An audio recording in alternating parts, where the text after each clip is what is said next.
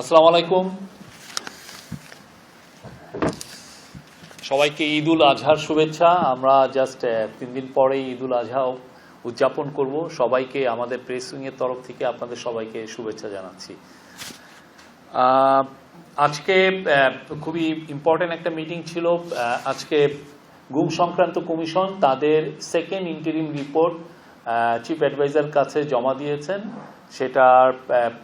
এটার উপর আমরা অলরেডি একটা প্রেস রিলিজ দিয়েছি, বাট এটার উপরে অনেক ডিটেল আলাপ হয়েছে। সেই সংক্রান্ত কি প্রফেসর ইউনুস পুরো ওদের যে সেকেন্ড ইন্টারিম রিপোর্টের যেটা ফাইন্ডিং সেটার উপরে তারা আলোকপাত করেন। গুম সংক্রান্ত কমিশনের 4 জন মেম্বার ছিলেন, জাস্টিস মইনুল ইসলাম, নূর খান লিটন, সাজ্জাদ হোসেন এবং নাবিলা ইদ্রিস। তারা তাদের যেটা ফাইন্ডিংস সেটা ব্রিফলি তাকে বলেন এবং এইটা শোনার পর প্রফেসর ইউনুস কিছু কথা বলেছেন। প্রথমে বলেছেন যে আশুকরণীয়, এই যে যারা গুমের শিকার হলেন তাদেরকে তাদের সংক্রান্ত বিষয় বা এই গুম সংক্রান্ত বিষয়ে আশুকরণীয় কি সেটা তাদের কাছ থেকে জানতে চেয়েছেন, যে এটা যেন খুব দ্রুত দেওয়া হয় এবং সেই অনুযায়ী বাংলাদেশের লিগাল মানে ল অ্যান্ড জাস্টিস মিনিস্ট্রি এবং অন্যান্য মিনিস্ট্রিগুলো সেই অনুযায়ী হোম মিনিস্ট্রি এই সংক্রান্ত বিষয়ে তারা পদক্ষেপ নেবেন। তো আজকে মিটিংয়ে বলা হয় যে এর আগে আপনারা জানতেন যে 1770টার মতো কমপ্লেইন ছিল। আজকের মিটিংয়ে বলা হয় যে এটা 1837টা বা 50-এর মতো হবে এবং গতকাল পর্যন্ত তারা প্রায় নতুন কেস পাচ্ছেন। এটা নতুন কেস আসছে, এটা এমন না যে বন্ধ হয়ে গেছে। তার মধ্যে 1350টি কেস স্ক্রুটিনাইজ করা হয়েছে। স্ক্রুটিনাইজ মানে হচ্ছে যারা এই কমপ্লেনগুলো করেছেন তারা এসে কমিশনের কাছে তাদের পুরো ইন্টারভিউ দিয়েছেন এবং ইন্টারভিউগুলো মূলত 2 থেকে 3 ঘন্টা, কোনো দিন মাল্টিপল ডে, 1 দিন 2 দিন 3 দিন তাদের কথা শোনা হচ্ছে। এবং গুম সংক্রান্ত কমিশন কোনো সময় দেখা যাচ্ছে তারা সপ্তাহে 7 দিনই কাজ করছেন।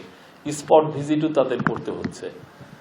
তাদের আজকে আমরা অনেকগুলো চ্যাপ্টারের মধ্যে কিছু আছে লিগাল কিছু ইস্যুর কারণে আমরা প্রত্যেকটা এবং ভিকটিমের সিকিউরিটির কারণে এবং লিগাল রিজনে আমরা অনেকগুলো চ্যাপ্টার রিলিজ করতে পারবো না, বাট আমরা 7টা চ্যাপ্টার আপনাদের কাছে আমরা কালকের থেকে রিলিজ করব। প্রতিদিন 2টো করে রিলিজ হবে।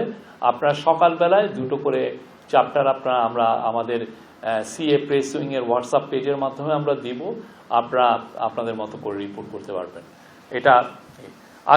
এটা শুনে আজকের মূলত ছিল হলো টর্চার কিভাবে হয় এই ইন্টারিম রিপোর্টে এবং কারা কারা পারপিট্রেটর ছিল। তো সিঙ্গেল বিগেস্ট যেটা ফাইন্ডিং ছিল যে র্যাবের যে ইন্টেলিজেন্স উইং এটা ছিল মেন মানে যে গুম হয়েছে যারা তার মেন কালপ্রিট বা দ্য কিলার ফোর্স ওনারা বলছেন এটা হচ্ছে র্যাবের ইন্টেলিজেন্স উইং।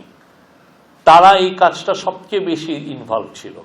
এই পুরো যে গুম সংক্রান্ত কমিশন যেটা তাদের ফাইন্ডিংসে বলেছে, তারা অনেকগুলো বলেছে যে কিভাবে যারা ভিকটিমদেরকে নেওয়া হতো তাদেরকে কিভাবে মারা হতো। অনেকগুলো 4-5টা কথা বলেছেন যে নৌকায় নিয়ে যাওয়া হচ্ছে, নৌকায় নিয়ে যেয়ে তাকে মেরে তার আবার পেট কেটে সেখানে সিমেন্ট ভরে তাকে ফেলে দেওয়া হচ্ছে, কাউকে নদীতে ফেলে দেওয়া হচ্ছে, গুলি করে মারা হচ্ছে, ইনজেকশন দিয়ে মারা হচ্ছে, ট্রেনে বস্তার মধ্যে ভরে ট্রেন লাইনে ফেলে দেওয়া হচ্ছে, ট্রেন লাইন কেটে ট্রেন চলে যাওয়ার সময় তার পুরো লাশটা ছিন্ন বিচ্ছিন্ন হয়ে যাচ্ছে। অনেক সময় গাড়ির সামনে, চলন্ত গাড়ির সামনে ফেলে দেওয়া হচ্ছে।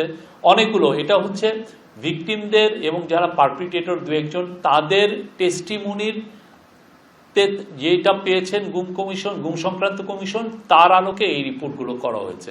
আর এই যে টর্চার কিভাবে করা হতো সেগুলো আপনারা এই চ্যাপ্টারগুলো আপনারা দেখবেন, আমরা আপনাদের সাথে শেয়ার করব। প্রফেসর ইউনুস এগুলো শুনে বলেছেন যে মানে এদের এই বিষয়ে একটা আসলে হরর মিউজিয়াম হওয়া উচিত। বাংলাদেশে যে এটা ভয়াবহ যেই এনফোর্স ডিসঅ্যাপিয়ারেন্সের যে ঘটনাগুলো হয়েছে সেটা সবার জন্য মানে এটা একটা ভয়াবহ বিষয়। তো আপনারা জানেন যে গণভবনে একটা মিউজিয়াম করা হচ্ছে, সেখানে এই বিষয়গুলো থাকবে, একটা হরর মিউজিয়াম থাকবে। এই গণভবনে যে এই জুলাই গণ অভ্যুত্থানের যে মিউজিয়াম করা হচ্ছে সেখানে একটা অংশ থাকবে এই হরর কিভাবে এই যে ভিকটিমদের উপর কিভাবে অত্যাচার হতো। আর একটা বড় ফাইন্ডিংস হচ্ছে কেন যারা যারা করছেন কেন তারা এই এনফোর্স ডিসঅ্যাপিয়ারেন্সে যুক্ত হলেন। দেখা যাচ্ছে যে যারা পুলিশের মধ্যে অনেকে পিপিএম বিপিএম, ভালো পোস্টিং, ভালো পজিশন।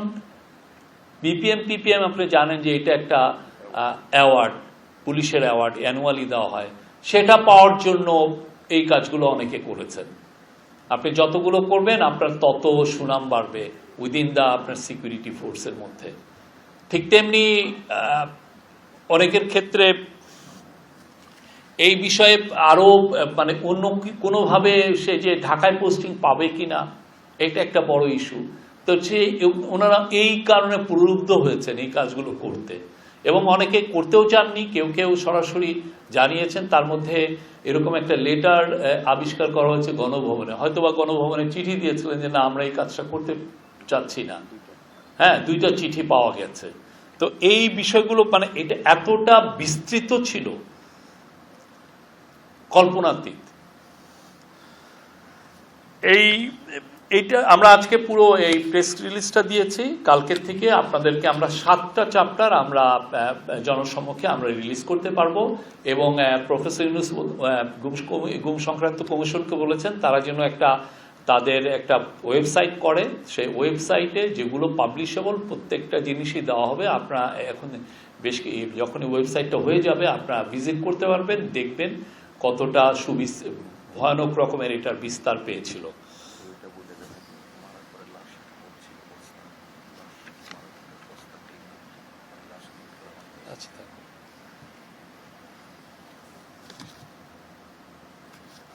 আরেকটা স্যাড বিষয় হচ্ছে যে লোকগুলো করছে আমার আশেপাশেরই লোক, আমাদের আশেপাশে। হয়তোবা আপনি আমাদের মধ্যে হয়তোবা কেউ ওনাদেরকে আবার আমরা হ্যাপি বার্থডেও জানাচ্ছি, এমন সব লোক এই কাজগুলো করেছে।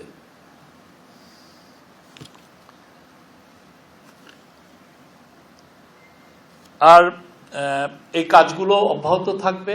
এই ট্রুথ প্রফেসর ইউনূস বলেছেন, সবাইকে বলেছেন যে এই ট্রুথটা সবাইকে জানাতে, কি ঘটনাগুলো ঘটেছে এটা বাংলাদেশের সবার জন্য জানা উচিত। এবং গুম সংক্রান্ত কমিশন এই বিষয়ে আরো সবার এই যতগুলো রিপোর্ট আছে সেগুলো দিবেন সামনে। ওরা আরো একটা ফাইনাল রিপোর্ট হবে সেটা দিবেন, সেটা টাইমটা পরে জানানো হবে। আর স্যার বলেছেন এটা বাংলাদেশের বিষয় না, এটা গ্লোবাল ইস্যু, বিকজ গ্লোবাল অনেকেই এটা হিউম্যান রাইটস গ্রুপগুলো জানতে চায়, পৃথিবীর মানুষ জানতে চায় যে শেখ হাসিনার আমলে আসলে কি হয়েছিল। এটা তো সবাই জানতে চায়। অনেকে তো এই গল্পগুলো অনেকটাই জানেন, কিন্তু আরো বিস্তৃতভাবে জানার জন্য এটা একটা পৃথিবীর সবাইকে জানানো উচিত। আজকে British high commissioner Sarah Cook এসেছিলেন প্রফেসর ইউনূসের সাথে দেখা করতে। আর পুরো তাদের সাথে মিটিংটা ছিল হলো প্রফেসর ইউনূস আপনি জানেন 9 থেকে 13 তারিখ ইউকে ভিজিটে যাচ্ছেন। সেখানে the king Charles the third harmony award উনি পাবেন। এটা খুবই প্রেস্টিজিয়াস একটা অ্যাওয়ার্ড, সেখানে উনি পাবেন। এবং আজকে মিটিংয়ে জানানো হয় যে ওই এই অ্যাওয়ার্ডের সময় অ্যাওয়ার্ড সেরিমনির আগেই প্রাইভেট অডিয়েন্স মানে কিংস চার্লসের সাথে আমাদের চিফ অ্যাডভাইজার একটা মিটিং হবে। আর এছাড়া অন্যান্য যেগুলো সরকারি যেগুলো মিটিং, যেগুলো ইম্পর্টেন্ট সিনিয়র অফিসিয়ালদের সাথে সেই মিটিংগুলো হবে। এটা আমরা বিস্তৃত আরও সামনে এই বিষয়গুলো জানাতে পারবো। সেই বিষয়ে অনেকগুলো বিষয়ই থাকবে। বাংলাদেশের থেকে আমরা যেগুলো ইম্পর্টেন্ট ইস্যু সবগুলোই তোলা হবে এই মিটিংগুলোতে।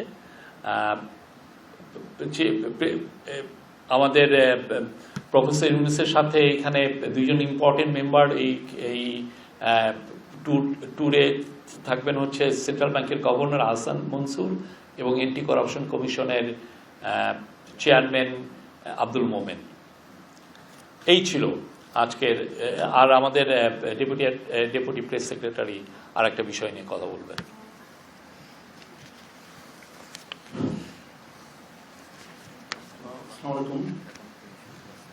আজকে আপনারা দেখেছেন যে সমকাল, যুগান্তর, ইত্তেফাক সহ বেশ কয়েকটা সংবাদপত্রে এবং সংবাদ মাধ্যমে একটা সংবাদ প্রকাশিত হয়েছে যেখানে বলা হয়েছে মুজিবনগর সরকারের রাষ্ট্রপতি শেখ মুজিবুর রহমান, অস্থায়ী রাষ্ট্রপতি সৈয়দ নজরুল ইসলাম, প্রধানমন্ত্রী তাজউদ্দিন আহমেদ এবং দুই মন্ত্রী ক্যাপ্টেন মনসুর আলী ও AHM কামরুজ্জামান সহ শতাধিক নেতার মুক্তিযুদ্ধের স্বীকৃতি বাতিল করা হয়েছে। এই খবরটি সম্পূর্ণ মিথ্যা, ভুয়া, ভিত্তিহীন এবং বিভ্রান্তিকর।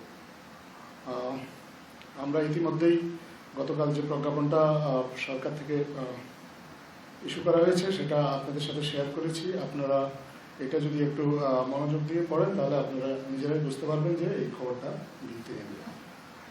এছাড়াও আমরা নিজেরা আমাদের মুক্তিযুদ্ধ বিষয়ক মন্ত্রণালয় আজকে একটা সংবাদ সম্মেলন করে এ বিষয়ে তাদের অবস্থানটা ব্যাখ্যা করেছেন। আমরা নিজেরাও মুক্তিযুদ্ধ বিষয়ক মন্ত্রণালয়ের দায়িত্বপ্রাপ্ত উপদেষ্টা ফারুকী আজম জনাব, ওনার সাথে কথা বলেছি। উনি আমাদেরকে জানিয়েছেন পরিষ্কারভাবে মুজিবনগর সরকারে যারা ছিলেন তারা মুক্তিযোদ্ধা, যারা সশস্ত্রভাবে মুক্তিযুদ্ধ করেছে, যারা পরিচালনা করেছে তারাও মুক্তিযোদ্ধা, তবে এই সরকারের কর্মকর্তা কর্মচারী তারা সহযোগী মুক্তিযোদ্ধা। তিনি জানান জাতীয় মুক্তিযোদ্ধা কাউন্সিল অধ্যাদেশ অনুযায়ী স্বাধীন বাংলা বেতার কেন্দ্র সহ কূটনীতিকরা সহযোগী মুক্তিযোদ্ধা। সহযোগী মানে এই নয় যে তাদের সম্মান ক্ষুণ্ণ করা হয়েছে। তিনি জানান 1972 সালে মুক্তিযুদ্ধের যে সংজ্ঞা ছিল সেটাই বাস্তবায়ন করা হয়েছে। 2018 ও 2022 সালে এটা পরিবর্তন করা হয়। মুক্তিযোদ্ধা ও মুক্তিযুদ্ধের সহযোগী দুইয়ের সম্মান, মর্যাদা এবং সুযোগ সুবিধা একই থাকবে।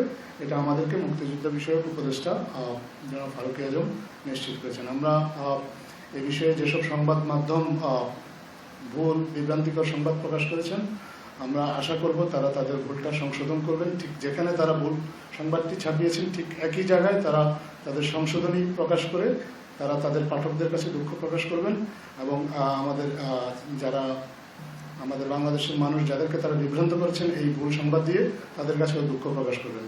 আর আমরা শুধু এটা নয়, আমরা আরও লক্ষ্য করেছি যে আরও অনেক আসলে ভুল সংবাদ আসে। আমরা নানা সময়ে আপনাদেরকে সঠিক তথ্য দিয়ে চেষ্টা করি এই ভুল সংবাদগুলো ধরিয়ে দিতে, কিন্তু আমরা আসলে বর্তমান অন্তর্বর্তীকালীন সরকার সংবাদ মাধ্যমের স্বাধীনতার ব্যাপারে খুবই উদার। আমরা সমালোচনাকে সবসময় ওয়েলকাম করি, কিন্তু আমরা আসলে কখনোই কাউকে এরকম কোনো লাইসেন্স দেওয়া হয়নি যে তিনি চাইলেই একটা ভুল সংবাদ প্রচার করবেন।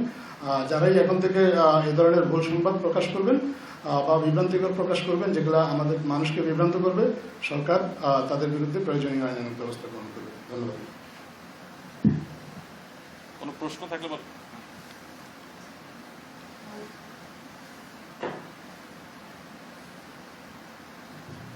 আমি বুঝে শুভ স্পেশাল করেসপন্ডেন্ট একটা বিষয়।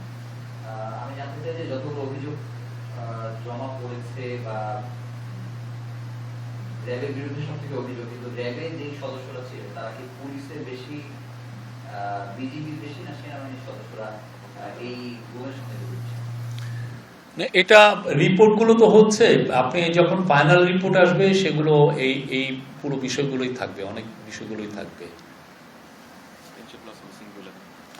আর আরেকটা বিষয় বলা হয়নি, এখনো পর্যন্ত মিসিং আছে 300+, এখনো মিসিং। আমি জানতে চাচ্ছিলাম যে এই যে যারা গুম হয়েছে বা গুম করা হয়েছিল তাদেরকে খুঁজে বের করতে বা তারা আসলে জীবিত না মৃত, এই সন্ধানটা কিন্তু যারা গুম নিয়ে কাজ করেছে, বিশেষ করে মায়েদের থেকে শুরু করে সকল তারা চাচ্ছিলেন জানতে, ওই সরকারের কাছে একটা এক্সপেকটেশন ছিল, তো তাদেরকে খুঁজে বের করতে বা তাদের স্ট্যাটাস জানতে এবং মৃত না জীবিত আরো সরকার কি ব্যবস্থা নিচ্ছে?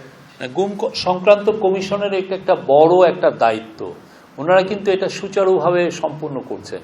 তারা যেটা করছেন যে যারা ভিকটিম হয়েছেন তাদের কাছ থেকে জানছেন যে কিভাবে তাদেরকে গুম করা হয়েছে, কোথায় রাখা হয়েছে, কিভাবে তাদেরকে টর্চার করা হয়েছে, কারা এই টর্চারে ইনভলভ। তো সেই সূত্র ধরে যারা যারা টর্চারে ইনভলভ ছিল তাদের অনেক, যারা পারপিটেটর ছিল তাদেরকেও অনেককে সামন করে তাদেরকে ইন্টারভিউ নেওয়া হচ্ছে, যাদেরকে বা এই পুরো ফোর্সগুলোর সাথে কথা বলে ইন্টারভিউ নেওয়া হচ্ছে। মূল উদ্দেশ্য হলো কি, যেই মিসিং হন না কেন কোথায় রাখা হয়েছে। অলরেডি দেখেছেন যে আয়নাঘরগুলো বের হয়ে আসছে, কিন্তু কথা হচ্ছে যে যারা মিসিং হয়েছেন 300 জন, তারা কোথায় আছেন, তারা কি জীবিত আছেন না মৃত হয়েছেন। তো এই বিষয়টা আমরা জানার চেষ্টা, এটা তাদের আপ্রাণ চেষ্টা। আজকে চিফ অ্যাডভাইজার আবারও বলেছেন যে এটা আমাদেরকে জানতে হবে, এরা আমাদের ভাই, আমাদের বোন, এরা কোথায় গেল? এই জিনিসটা এদের যে করেই হোক এটা আমাদেরকে সন্ধান করতে